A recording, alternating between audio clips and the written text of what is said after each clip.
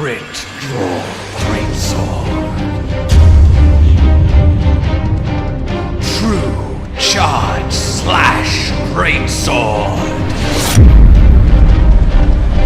The age-old question, which to choose? Which is more powerful? The answer is yes!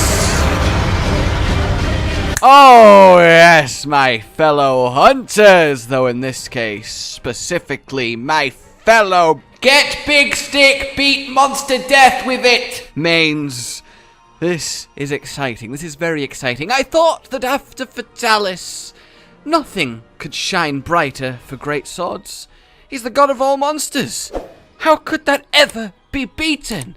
When I looked to Arch-Tempered Velkhana and the Gamma that would accompany her, I thought maybe we'd have a crit draw set finally that was genuinely powerful, maybe about 80% as good as the new default Fatalis build. But what has transpired is that Arch-Tempered Velkhana armor is now giving us a crit draw build that is better than the Fatalis build. It is giving us a true charge strike build that is better than the Fatalis build. And you know what those two builds have in common? They're the same build!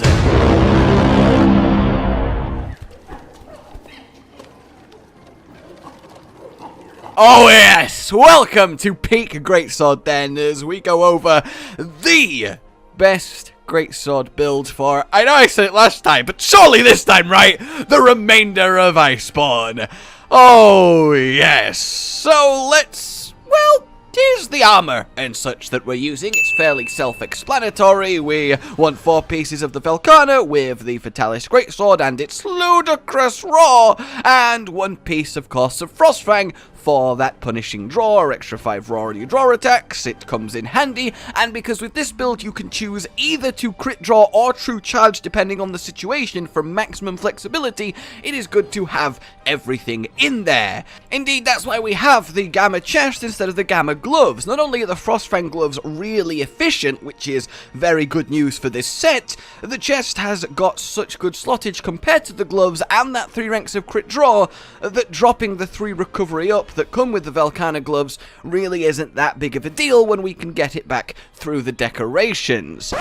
But before we get carried away here, let's at least talk Frostcraft and why it's so ridiculous that we can get it while still getting every single skill we could ever want. Why its existence beats armor as ludicrous as Fatalis. Beat Fatalis? That's bullshit, that's what that is. I say I'm going to absolutely get your spine ripped out of your head. Why are you fading out? Stop fading out. No, you will listen to me.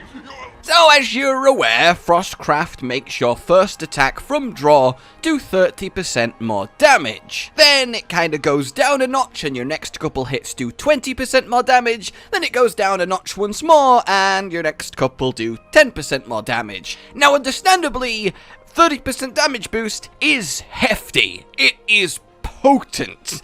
And if you can start applying that to something as hard-hitting as true charge, you start to be a little bit, well, broken. And that's exactly the theory behind this, because before, true charge gameplay style but with a Frostcraft build was certainly viable. It was always a little bit behind the best of the best normal build because Velkhana armor was so utterly awful. But now Velkhana armor is so gloriously amazing that we really can have our cake and eat it too. We essentially then, to make this work, just lean into Slinger Burst. You do your draw attack as normal, do your Slinger Burst, and then go into your True Charge. This means your True Charge hits with the 20% plus damage from Frostcraft. And of course, because this set is also crit draw for a smaller opening, or if you prefer it, you can get the full 30% on that. It's supremely powerful and supremely flexible for a all-rounder greatsword that stomps all of the competition. So back to the build, And let's finally put in those decorations. Again, it very much handles itself. You need your 3 crit boost, so that's there. You need your 3 tenderizer, so that's there. You need your maximum critical eye, so that's there. The rest is filled out with handicraft and then the required 4 attack for the 5% affinity. Now, technically those handicrafts could be double handicraft for 4 to make it that much comfier, sharpen a lot less, but with this setup you still have 30 hits of purple, which is plenty on a greatsword, and you'll probably be sharpening once every 5 minutes or so, which isn't really the end of the world. You could also make one of them a double handicraft, the other double attack if you want to really pump it that much, but I like having the medicine because greatsword heals like nothing else with its huge hits, and it's just very nice to have around. So yeah, that is essentially it, and normally I will leave it here, but when it comes to this compared to the Fatalis build, I kind of want to dive in a little deeper and explore what is actually the trade-off. Okay, seriously, what the hell? I am totally in between the 2 lines of ice. Oh, I'm so bad at this game! As there is one, and the TLDR is, using the Frostcraft set make numbers big! That's good. But makes survival lower. Ooh, that's bad. But how exactly does that break down? Well, here are the skills of both builds. Fatalis on the left, Gamma Velkhana on the right. As you can see, they have a lot of crossover and interchange here. So let's eliminate the skills that either both sets have, or the skills that are kind of a non-factor here. Something like Quick Sheath or Resuscitate, and they are technically helpful, right? Especially Resuscitate playing with Coalescence on the Frostcraft version, but they're not make or break. So here is what is actually changing between the 2 sets. And of course, to save you actually having to sort of work out the difference in a more understandable form, here you go. So this is the decision you're making. The Fatalis build has 90 hits of purple on average versus the 30 of the Frostcraft. You get Divine Blessing 5 on Fatalis and Nout on Frostcraft. So that is an appreciable loss in comfy survivability, and honestly, that enough is a fair enough reason to stick with Fatalis. Now, Fatalis has 3 more attack and 2 more agitator, which means 17 more raw. However, it doesn't have the coalescence. So when coalescence is up, the Frostcraft outdoes it by 1. Then we have the affinity. Because we're losing the agitator secret, we have 85% total on Frostcraft and 95% on Fatalis. So far, fairly minor. Then the 2 big ones. With the Frostcraft set, you have the option to just do the crit draw playstyle if this small opening is there, or if you just prefer it.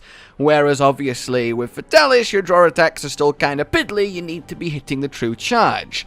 And then well, this is the decision maker, isn't it? This is the huge one. This is the very huge one, the huge number one. So with the Fatalis, you don't have Frostcraft, so your damage is your damage. With Velkhana, assuming you actually play into the Frostcraft, your damage will be increased from 10 to 30% on all of your hits. Yes, it comes with a tangible bit of awkwardness to manage your Frostcraft and make sure you're actually getting it, but that is essentially the choice you're making. So, technically speaking, the Frostcraft Greatsword is the best Greatsword build. The Fatalis Greatsword is still incredibly good, and a lot simpler and comfier to use. So, the choice, as they say, is yours. But it is very exciting that we even have that choice to begin with. Alright guys, like if you've enjoyed this, subscribe for more, and I will see you next time. A goodbye.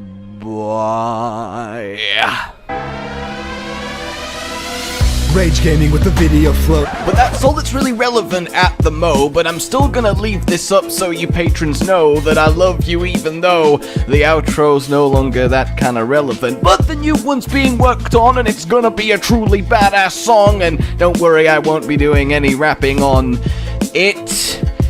I'm gonna go now. This was shit.